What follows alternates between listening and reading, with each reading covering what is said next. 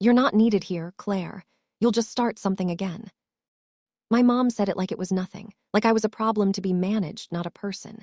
She was standing in the doorway of our family home, arms crossed, blocking my path. My dad stood behind her. He didn't even look at me. "We're handling this as a family," he said. I almost laughed. "I am family." My brother Kyle smirked from across the room. "Not today." And just like that, the door closed in my face. But here's the thing, they forgot something. Something they should never have forgotten. I read contracts for a living. My name is Claire Whitaker. I'm 34 years old and I work as a mid-level real estate analyst.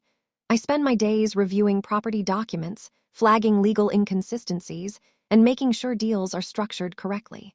I find the things people miss. That's literally my job, which makes what my family tried to pull almost funny if it hadn't hurt so much. Growing up, I was the responsible one.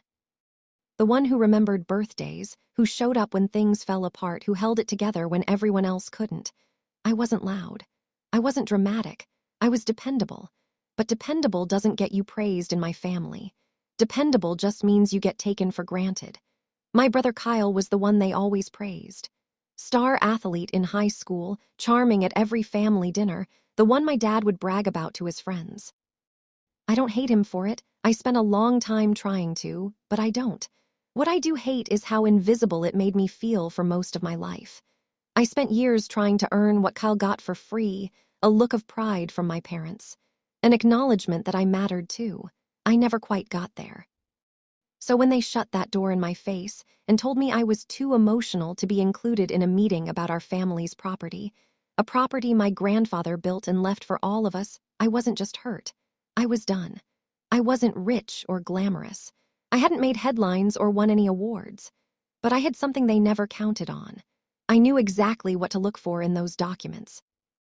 Before I go further, if you've ever been shut out of something that was rightfully yours, you already know what this feels like. That specific kind of pain that comes not just from being excluded, but from realizing it was intentional. Maybe you've been called too sensitive for asking fair questions. Maybe you've been left out of conversations about things that directly affected your life because someone decided it was easier without you there. If that's you, I want you to know you're not alone. And sometimes being excluded is exactly what saves you. Drop a comment and tell me, have you ever been pushed out of something important in your own family? I actually read them, every single one. And if you believe the truth always finds a way out, subscribe. Because on this channel, it always does. Click hype and let's keep going, because what happened next I didn't see coming. But honestly, maybe I should have. The property had been in our family for over 30 years. My grandfather built the house himself, acre by acre, and when he passed, he left it to the family with the intention that it would be handled fairly together. I found out the meeting was happening through a cousin's Instagram story. A photo of everyone gathered in the living room, laughing over coffee. Caption: "Family Business Day Briefcase." I wasn't in that photo. I drove over immediately. You know the rest of that part, door in my face. Not needed. Too dramatic. What I didn't know yet was that while I was standing on that porch, my family was inside signing documents that affected my legal share of that property, without my consent, without my signature, and apparently without any intention of telling me. Later that night, I got a call from a paralegal at a law firm I didn't recognize. "Ms. Whitaker, we need your signature on a few transfer documents. Your family said you were aware of the arrangement." I was very calm on that phone call. "Can you email me the documents?" I asked. "Of course," she said. I stayed up until 2 a.m. reading every page. Next morning, I called my mother. "Why wasn't I told about the meeting?" She sighed like I had already exhausted her. "We wanted peace for once, Claire. You always make things complicated." "Mom, they're asking me to sign documents I've never seen." "It's already decided, just sign them." That was the first blow. The second came from Kyle. He showed up at my apartment that evening, relaxed like this was a friendly visit. "Look, it's just paperwork. Don't drag this out and make it weird." I asked him to walk me through what I'd be signing. He couldn't. He didn't know. He'd signed his version without reading it, and he assumed I would too. The third blow came when I finally got the full document set and read them properly. My share of the property had been quietly reassigned. There was a clause buried on page 11 that, if I signed, would transfer my portion of ownership to a joint family trust, controlled entirely by my parents and Kyle. I would receive a token payment. a fraction of fair market value, and I would have no further legal claim. They didn't just exclude me from the meeting. They had planned around me. Here's what they didn't know. I had worked on a case almost exactly like this 2 years earlier.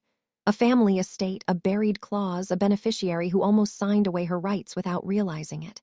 I had flagged it. I had saved that client thousands of dollars and months of legal heartache. I knew this document. I knew what it was trying to do, and I had already started making copies. I didn't call Kyle back. I didn't respond to my mother's follow-up texts. I let them think I was processing, maybe even folding. I stayed quiet. I had a plan they never saw coming. I reached out to Gerald Hames, an older attorney who had known our family for years. He wasn't involved in the current transaction. He'd actually been left off the paperwork entirely, which I thought was odd considering he'd handled family legal matters for over a decade. When I laid everything out for him, he went very still.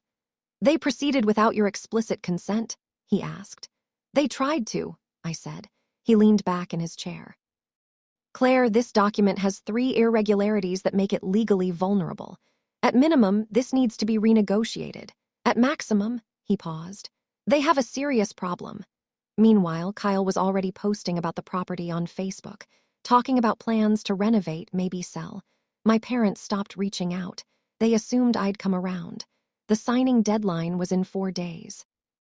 I didn't show up angry. That's the part I'm most proud of. I walked into that lawyer's office. The one my family had hired sat down across from all of them and placed a folder on the table.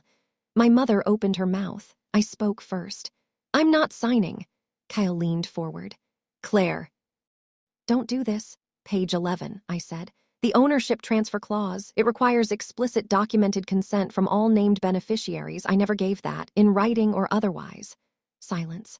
Gerald Hames set his own folder on the table. He outlined the irregularities calmly, professionally. The family's attorney went pale. My brother lost it. "You're doing this out of spite." "I'm doing this," I said, "because it's wrong. And because Grandpa didn't leave this property so it could be taken from one of his grandchildren while everyone smiled and called it peaceful." The deal collapsed.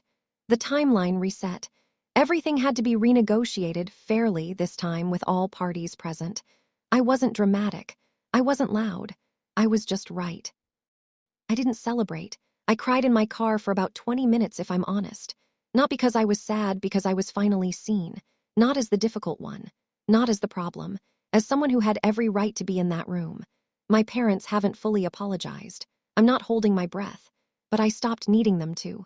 What I know now is that my voice doesn't need their permission. My grandfather knew my worth when he included me in that estate. And no buried clause was going to take that away. They tried to silence me. All they did was remind me why I needed to speak. If you've ever been pushed out just for asking questions, this story is for you. Subscribe if you believe being underestimated can be your biggest advantage. And share this with someone who needs to hear it today, someone who's been told they're too much for simply standing up for what's theirs. Sometimes the truth doesn't need noise. It just needs the right moment. Click hype to help this story reach the people who need it. You never need permission to stand up for yourself. Not from your parents, not from your siblings, not from anyone who benefits from your silence, like this video. Share it with someone in a hard season, and leave your story in the comments because this space is for stories that deserve to be heard. Stay strong, and I'll see you in the next one.